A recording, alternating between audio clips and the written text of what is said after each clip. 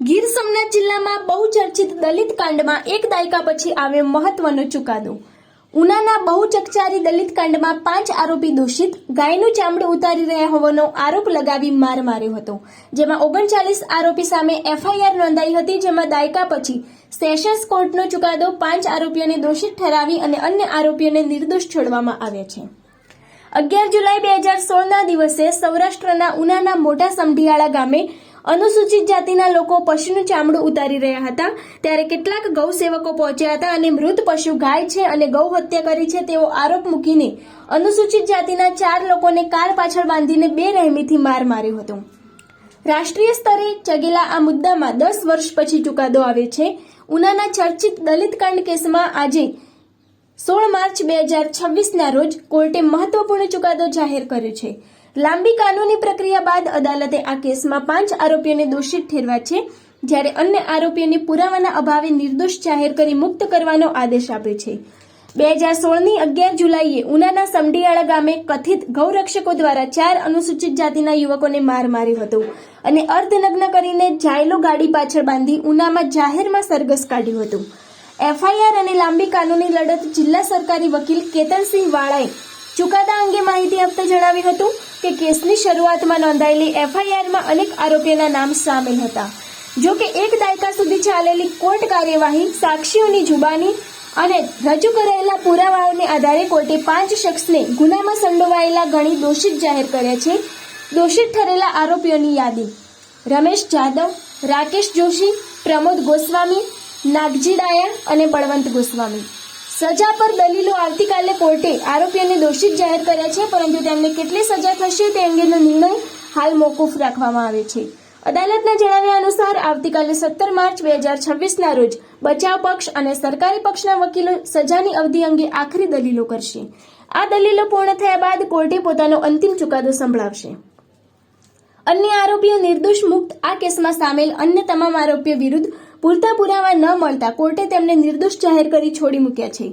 ઉલ્લેખનીય છે કે 10 વર્ષથી વધુ સમયથી ચાલી રહેલા આ સંવેદનશીલ કેસ પર સ્થાનિક લોકો અને વિવિધ સામાજિક સંગઠનોની નજર હતી।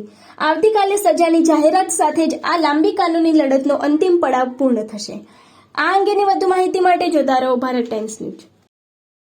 ઉના વિસ્તારના વિભાગમાં ઉના પોલીસના તાબા તળે આવતા સમઢિયાળા ગામે જે તે વખતે એક બનાવ બનેલો, જે સંબંધે ઉના પોલીસમાં ફરિયાદ નોંધાયેલ તેની તપાસ સીઆઈડી ક્રાઇમને સોંપવામાં આવેલી।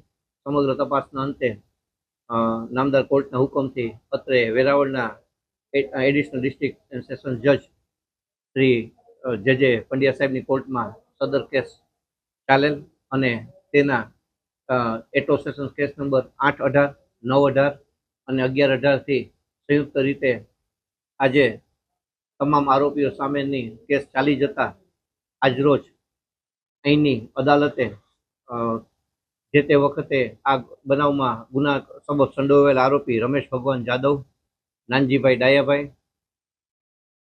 પ્રમોદગીરી રમેશગીરી ગોસ્વામી, બળવંતગીરી ઉર્ફે બલી ધીરુ ગોસ્વામી અને આ બધાને તકસીરવાન ઠેરાવ્યા છે અને તેઓ સામે ઇપીકો કલમ 323, 324, 342 અને 504 અન્વયેનો ગુનો સાબિત માનેલ છે। તેમજ એટ્રોસિટી એક્ટની જે સ્પેશિયલ એક્ટ 1989 તળેનો છે તેમાં 3(1) ERSU અને 3(1) D અન્વયે પણ આ કામમાં આરોપીઓ તકસીરવાન ઠરતા હોવાનું નામદાર વેરાવળની કોર્ટે આજરોજ જાહેર કરેલ છે અને સજા સંબંધે સાંભળવા માટે નામદાર કોર્ટે બાકી રાખે।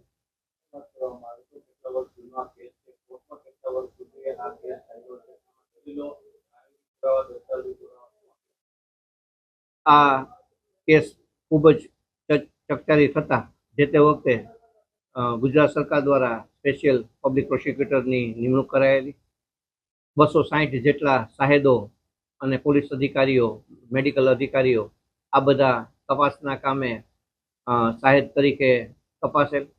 સદર કામમાં ત્યારબાદ ચાલુ કામે અમોને આ કેસની જવાબદારી ગુજરાત સરકાર દ્વારા અમો ઉપર ભરોસો રાખી સોંપાયેલી અને ગઈકાલે પણ માનનીય ગૃહમંત્રી શ્રી હર્ષભાઈ સંઘવીએ આ કેસ સંબંધે પૃચ્છા કરી અને તેનું સ્ટેટસ પણ જાણેલું. આમ સરકારે સુચારુ પ્રયાસ કરી અને આ કેસ ચાલે તે માટે તમામ કામગીરી અમારા હસ્તક કરાવી અને આજરોજ નામદાર વેરાવળની કોર્ટે આ કામમાં ચુકાદો સંભળાવેલ છે.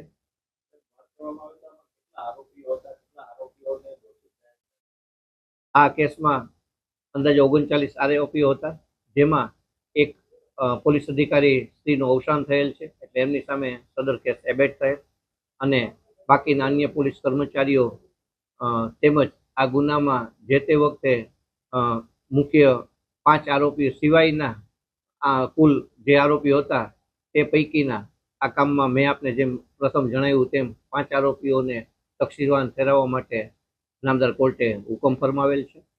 આ કેસ ઝડપથી ચાલે એના માટે સુપ્રીમ કોર્ટ અને સીઆઈડી ક્રાઇમ દ્વારા પણ મોનિટરિંગ કરાતું.